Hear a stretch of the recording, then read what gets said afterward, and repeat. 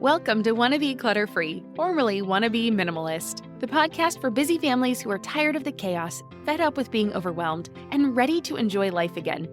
Each week, we talk about how to let go of the clutter so that you can focus on the things that actually matter. And it's not just physical clutter. We talk about the mental and emotional stuff too, because if it's holding you back, it's time to ditch it. I share what I've done in my own life to declutter, organize, and calm the chaos, but you won't just hear it from me. There are amazing guests too. It's practical, doable, and simple for those of us that want to be clutter-free. This is the Wanna Be Minimalist Show with Deanna Yates, episode number 28. On today's episode, we are talking to simple lifestyle advocate Brooke Harris about her journey to find simplicity and how she went from being the breadwinner for her family to quitting her job so she could stay home with her kids. And it's all thanks to minimalism. Hey there, welcome back to the show. As always, I'm your host, Deanna Yates. In today's episode, we are chatting with simple living expert Brooke Harris, and it is a good one. Brooke's journey into minimalism began with her feeling frustrated and smothered, but she wasn't sure why. She wanted life to be simpler, so in 2017, she committed to starting in her closet. Now, I don't want to spill all the beans, but she says it was the best decision ever because the results helped her clean out her entire home and quit her job. Brooke is a simple living blogger, wife, and mom to 2 daughters. Her motto to simplify, find more joy, and be intentional with her time changed her life for the better. She writes about her experience at happysimplemom.com, where she helps busy moms reclaim all the joys of their motherhood. Brooke believes by simplifying your life, you can experience a home that brings you joy and happiness, and stop letting the mess weigh you down. Let's get to chatting with Brooke Harris. All right. Hi, Brooke. Welcome to the show. Hi, how are you? I'm doing great. How are you doing today? I'm good. Surviving with the kids at home. Absolutely. Yes. So before we started, we were kind of giving a recap on our coronavirus moments. So yes, it is definitely different for both of us to have our children at home and husbands at home more frequently. Yes. So it's been a lot of fun. I like to start these guest podcasts with kind of your story. So can you tell me what led you to minimalism or living more simply and a life with intention? Absolutely. So I call the very beginning of our minimalist journey the big clean out of 2017. So in early 2016, I felt smothered. I didn't know why. I didn't necessarily feel smothered by my stuff. But I had 2 very young children. They were born within a year of each other. So 2 very young children. I was working full-time outside of the home. My husband travels for a living, so he was gone about 50% of the time. And I just felt overwhelmed all the time. There was never a break, it seemed. And a lot of that has to do with having young children and a husband that travels, but a lot of it has to do with the life that I was building. So by working full-time outside of the home and just shopping, for lack of a better word. I didn't know that was a problem in the beginning, but so caught up in this American way of life where I was working, I was shopping, I was trying to earn a bigger home so that I could put more stuff into our bigger home. It's like I was trying to fulfill this obligation to a way of life that I just thought we were supposed to be living. So what I did is I decided, it was like the trend to have a word for the year. So I decided my word for the year was going to be simplify. I had no idea what that would look like. So I did what a lot of people do. I was like, oh, it's January 1st. I'm going to simplify this year. I'm going to start with my closet. So I didn't know how to do that. I had a favorite store online that literally delivered packages to my door almost every other week. I knew when their sales ran. I knew what size I wore. I knew when their next line was coming out. It was a little embarrassing. And so I decided that I was spending too much money. I had too many clothes, and I was going to just simplify that to start with. So I started cleaning out my closet, and that led to a resolution within the first week of the new year that I was going to not shop for any clothes for 30 days, which, when you're shopping all the time, that's a big deal. 30 days comes and goes, and I had gotten rid of so many clothes with tags on them, clothes I never wore, clothes that were I'd never liked, but I bought. I mean, the list goes on. And so I made a really drastic resolution at the end of January that I was going to not buy clothes for a year. My husband thought I was crazy, and I was like, don't buy me clothes. I'm not going to buy clothes. My birthday's in May. I actually had a girlfriend thought I was so crazy. She sent me gift cards to go buy clothes because she couldn't understand why I would not want to buy clothes. And I did it. So Cliff Notes version, I actually made it through to the end of the year. I didn't buy any clothes that year. I think I bought maybe on a whim, like 2 summer dresses one summer. But I had a rule that I was allowed to go to any thrift store if I needed something, and I was allowed to buy something that was used. I think in the grand scheme of it, I maybe spent $20 throughout the whole year. When you're going from several $100s a month to $20 in a year, that's a huge difference. So that was just clothes. But that started my simple living, minimalist exploration, because I realized in that time period when I wasn't going to the stores anymore that there were a lot of other things I didn't need also. And so I started cutting back on the other things I was putting into my home. And then that's when I started down the minimalist route. I was reading blog posts, I was reading books, and I was like, oh my gosh, I can have a life with less. So that was the beginning of 2017. Over the course of a year, I cut out so much of our spending that we realized I didn't need to work outside of the home anymore. And I was the breadwinner for a long time. So I quit my job 2 weeks into January 2018. So 1 year later, I quit my job. And it all started with not buying clothes for a year. We moved from our home in suburbia, and we moved out into the middle of nowhere in the mountains. I decided to start this blog, Happy Simple Mom, where I talk about minimalism, I talk about simple living, intentional living, and I stay home with the kids and my husband who travels. Now when he's home, I'm home. And it's great. It was this whole simple life that I didn't know could exist. And it's all because I started living with less. It was to save money. It was to simplify. And then with that, I didn't just get rid of clothes. I get rid of excess. I decluttered every room in our house. I got rid of probably more things than my husband likes, but I got rid of stuff. We just learned to live a life with less. He's on board now. We travel more. And now during coronavirus, it's great because we actually pulled our kids out of school and we're homeschooling them until the end of the year. And I wouldn't have been able to do that if I was working full time outside of the home. So I still work. I still have this business I'm building on the side, but I'm able to do it on my schedule, my time, and, be here when they're here. So that's pretty cool. Oh my gosh, that's such an amazing story. Oh, thank you for sharing. And I think it's so cool. The things I took away from that is just that first domino. You just don't know what the future has in store for you until you start. And it's so cool. Thank you. And it's just amazing. And congrats for all of that, success. That's amazing. Yes. Gosh. Okay. Well, I was reading through your blog, which is wonderful. So we will definitely leave a link in the show notes so people can find you. But one of your posts discussed, you call it the flat surface clutter rule. And I want to see if you can explain what that is, because I know I struggle with flat surfaces. I know a lot of my listeners struggle with flat surfaces. So how does this work for you? I'm Margaret. And I'm Amy. And together we host the podcast, What Fresh Hell? Laughing in the Face of Motherhood. Margaret, I would say you're sort of a where are my keys kind of mom. Correct. Sometimes a where are my kids kind of mom. Well, you're, Amy, more of a we were supposed to leave 35 seconds ago, mom. I mean, touche. In each episode of What Fresh Hell, we come at a topic from our usually completely opposite perspectives. I bring the research. And I bring kind of the gimlet eye. Like, is that research really going to work, people? And almost 10 million downloads later, we're still laughing. We also talk to experts in the parenting field, plus parents with stories we can all learn from. We make each other laugh, we challenge each other's assumptions, and we have what we think is the best parenting community on the internet. Check out What Fresh Hell? Laughing in the Face of Motherhood wherever you listen to podcasts.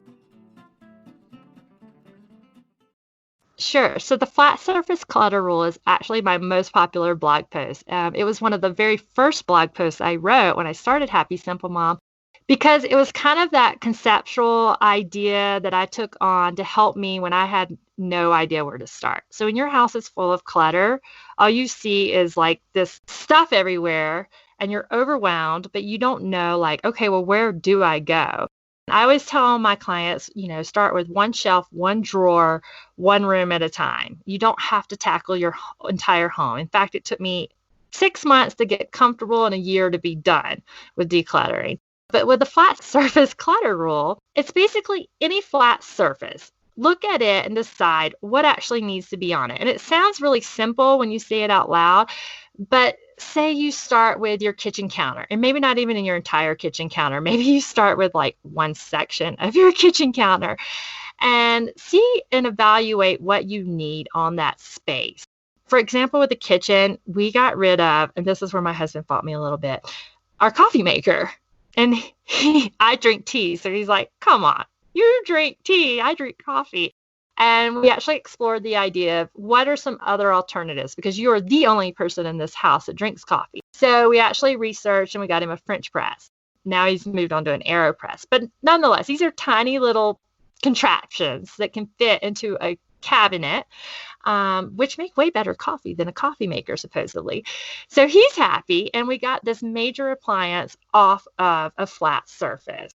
Other ideas, so I have 2 methods I describe in the flat surface clutter rule. There's like the slow method. So that's kind of what I just described there, taking one section, whether it's a tabletop or a shelf, that's a flat surface, or your floor, and evaluating that one space. Or you can do what I call the fast method, where laundry baskets. Go get a laundry basket and take that section of the room you're working on and pull everything off, even the stuff that you use, and really evaluate, what do I need in this space? Only putting back what you need and want. And we all have different ways of appreciating, or I guess like the clutter that we have in our home. Like some hardcore minimalists want nothing on their counters. Some people want that functional stuff that they use every single day. They want that out and present because they use it every day. So for some people, getting rid of your coffee maker off your counter is insane. Or getting rid of your blender because you make a smoothie every single morning would be crazy. We go through phases where we make smoothies, so we keep our blender underneath. But those kinds of concepts of like truly evaluating what you want on those flat surfaces. And it goes way further than just your countertops or your tabletops or your shelves. The floor space was like the flat surface that probably impacted us the most. I remember when I first did our bedroom, we had extra furniture in the room. We stored things on the floor just because I remember having like this big envelope of x-rays. And I don't know, where do you put x-rays? So they were stored on the floor behind a piece of furniture, but they were still visible. And it was just like little things like that. It's finding them a designated place that just wasn't thrown on top of a table. We had a dining room table it was extra. Like we had a formal dining room table, and then we had a kitchen table. And the dining room table was right when you walked into the home. And I have this real life photo where I walked in one day and took a picture. It was like snacks and mail and newspapers and work and kids' artwork and all of those things that got dumped there every day. That was our dumping ground. Had no place to go. And so when you have stuff that has no place to go, it naturally will just pile up. So a lot of us do that with our mail, or you get this new thing that enters your home. And so instead of creating a place for it, you just dump it there. That becomes the designated place. And I threatened my family once. I was like, I'm going to turn this table on its side so that you guys can't put anything on it. I became aware when my preschooler at the time was like, Mama, I have no idea where to put my artwork. And I was like, light bulb went off. I was like, oh, well, Mama can help you with that. I don't know where to put your artwork either, but let's create a space for your artwork. So we actually hung a board on her wall in her bedroom with some really cute magnets where she can curate her artwork. But it's something so simple as creating a designated place that's not that flat surface. That's pretty much the flat surface rule in a nutshell. I have a couple other posts, one on kitchen counters, one on your bathroom counters. But the same idea is if you can get the flat surfaces cleared when you walk into a room, it's immediately going to feel so much calmer. Doesn't mean you have to get rid of everything, but it's going to feel calmer. You're not going to see that mess. And it also helps when people come over unexpectedly because all of a sudden, all those spaces that they see are cleared and they're clutter free and everything has a spot that's not necessarily right there out in the open. Got it. Okay. So the flat surface, let me just kind of break that back down for everybody who's listening. So flat surface is basically any flat horizontal space that could be any counter, any shelf, your floor, anything where you can set something on it and gravity will not drop it to the floor. Mm-hmm. And basically you have a couple ways for people to do it. The slow method where they take one section at a time and they evaluate whether the things on there need to be there. Or the fast method where you basically just the angry day, I'm envisioning someone, the angry day of just wiping off their whole desk. Just be like, I am done with this. And you put it all in a laundry basket and take each piece out basically. And as you take them out, you find a home for each of those pieces, which ideally is not on your flat surface. Absolutely. Yep.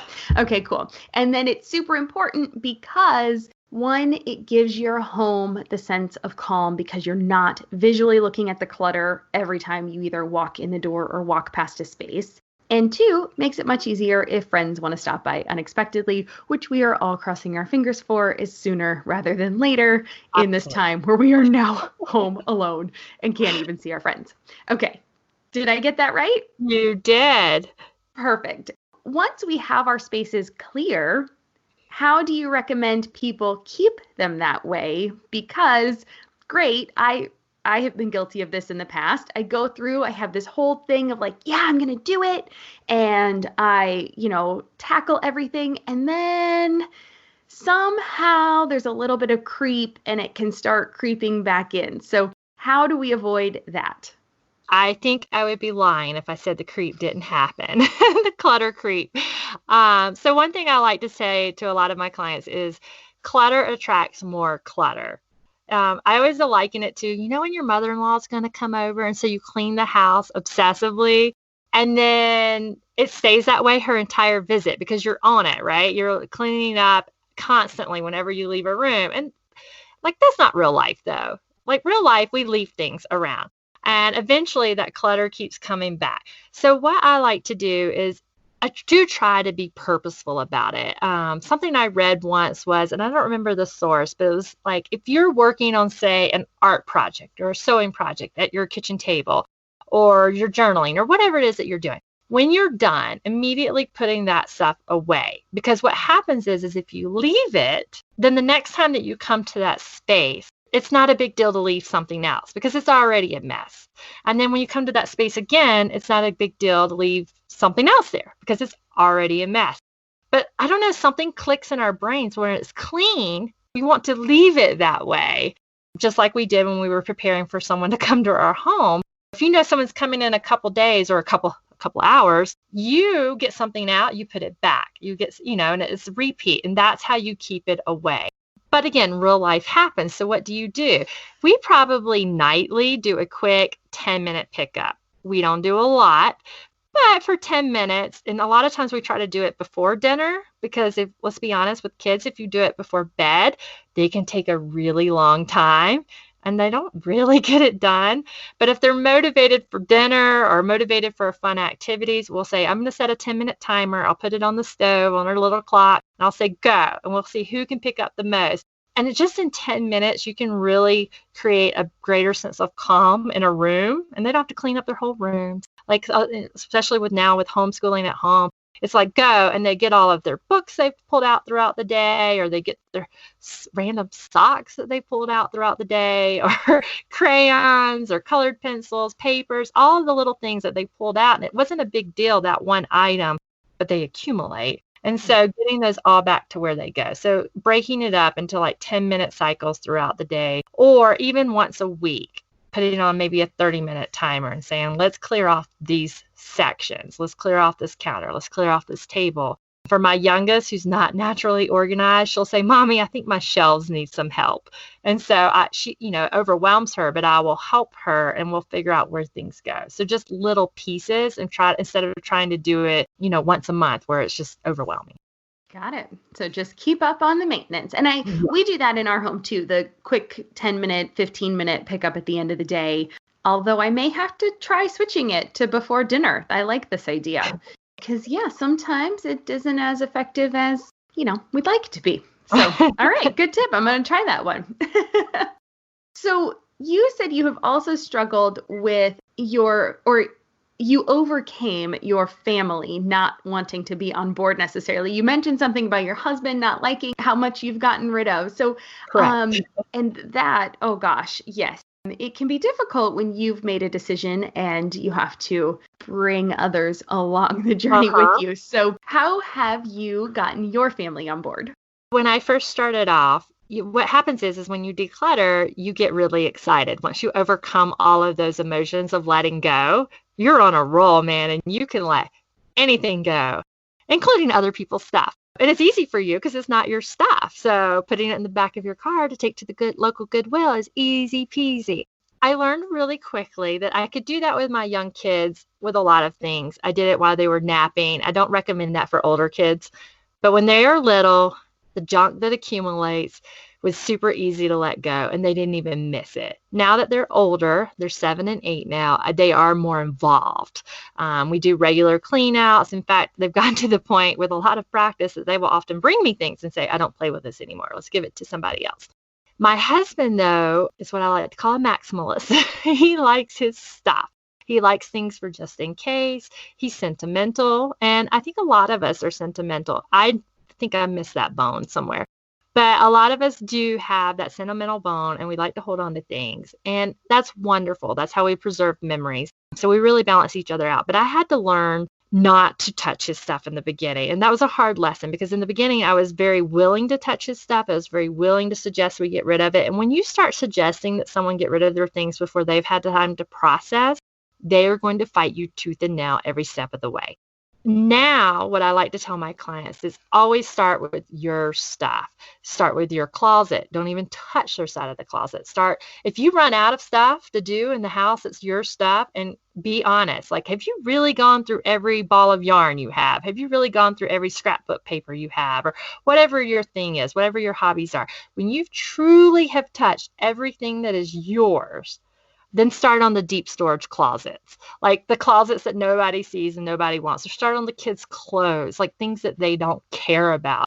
But start in the areas where people don't care. And so a lot of times that meant when my husband, especially in the beginning, like my side of the closet looked beautiful and immaculate and organized. And I got rid of shoes I didn't need. And his was a mess. And that was okay.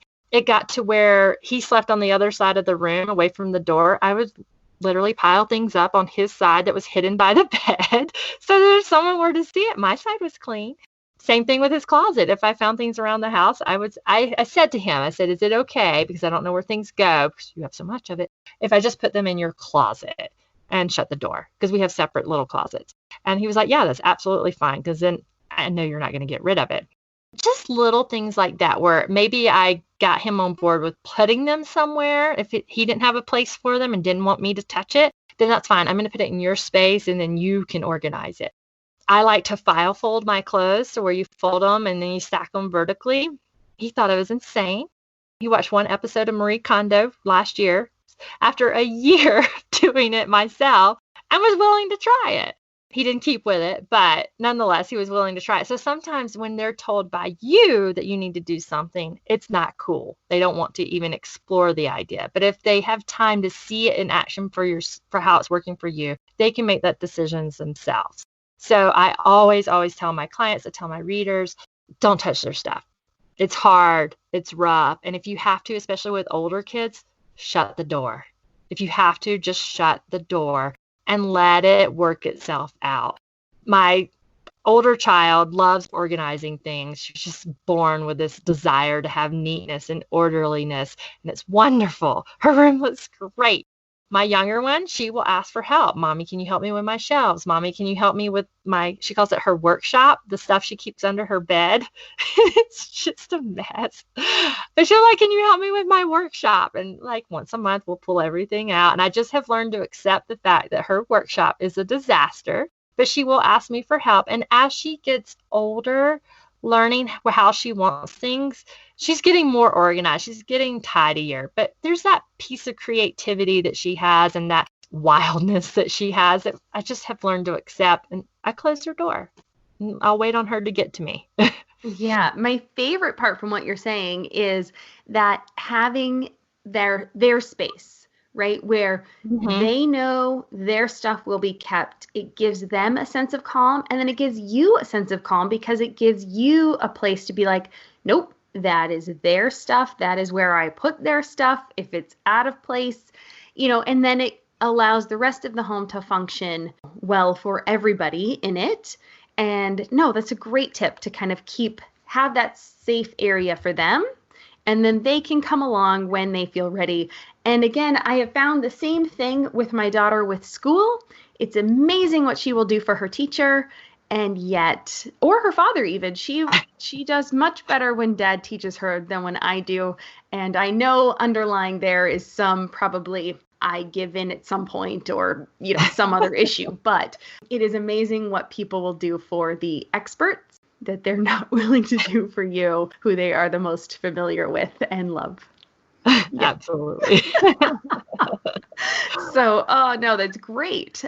Well, if you were starting your minimalism or simple living journey all over again today, knowing what you know now and how awesome that first year went and how far you were able to come, what is the first thing you would do? Would you start in your closet again, or is there somewhere else or something else you would do different?